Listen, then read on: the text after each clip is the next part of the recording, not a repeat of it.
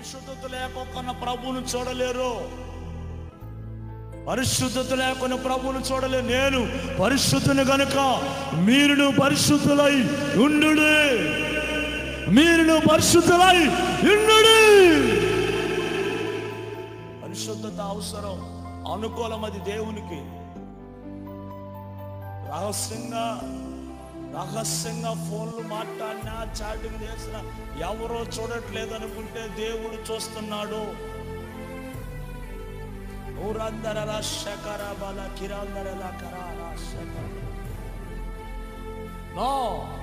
దేవుడు మనసు నొచ్చుకోలేడు.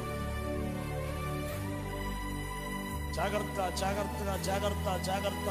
ఆత్మ చెప్పుచున్న మాట చెవుగలవాడు ఇనుడుగాక. గొర్రెల్ని మేకల్ని వేరు చేసే రోజులు ఇవి.